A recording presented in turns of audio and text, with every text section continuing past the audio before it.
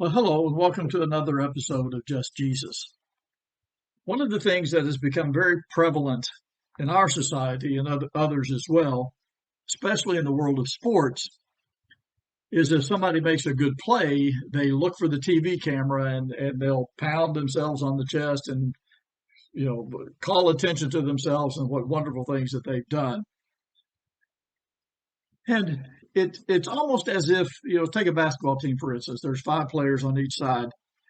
And so an individual goes and they score a basket, make a great play, and they turn around and pump their chest.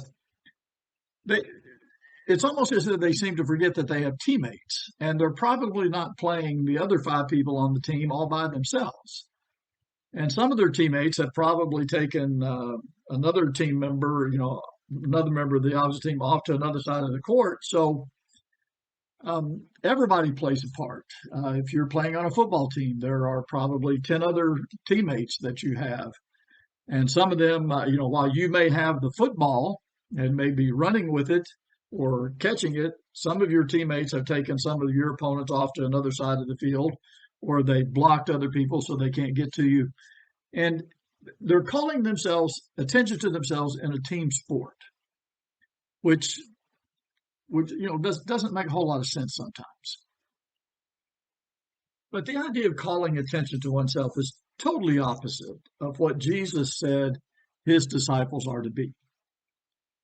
Beware of practicing your righteousness before other people in order to be seen by them, for then you will have no reward from your Father who is in heaven.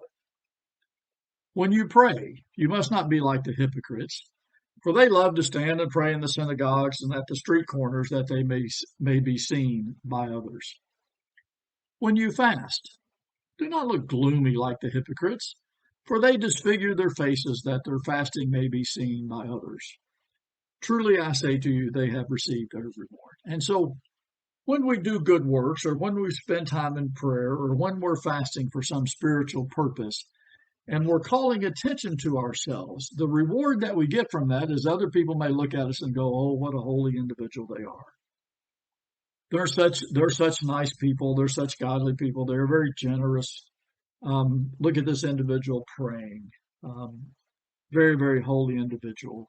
Or look, he's fasting.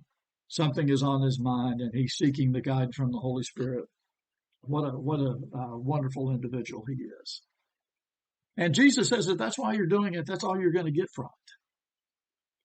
So how are we as Jesus' disciples supposed to be? When you give to the needy, sound no trumpet before you, as the hypocrites do in the synagogues and in the streets, that they may be praised by others. When you pray, go into your room and shut the door and pray to your Father who is in secret, and your Father who sees in secret will reward you. When you fast, anoint your head, wash your face, that your fasting may not be seen by others, but by your Father who is in secret. We are to go about doing good deeds and spending time in prayer and spending time in fasting over some spiritual matter that is weighing heavy on our mind as we seek the guidance of the Holy Spirit. We're supposed to be doing those things so that Jesus can see, not so that others can see us. So we're supposed to be doing our good works, if you will, in secret, not calling attention to ourselves, not out there, pounding our chest and calling attention to what good people we are. The reward is going to come from God. And if we're doing it just to be seen by others, the only benefit that we're going to get out of it is the praise of men. And I don't know about you, but I finally got to the point in my life where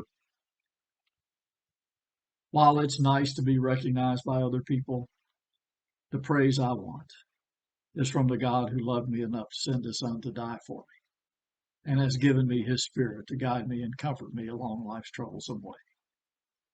So go do some good works quietly behind the scenes, and your reward will be from God.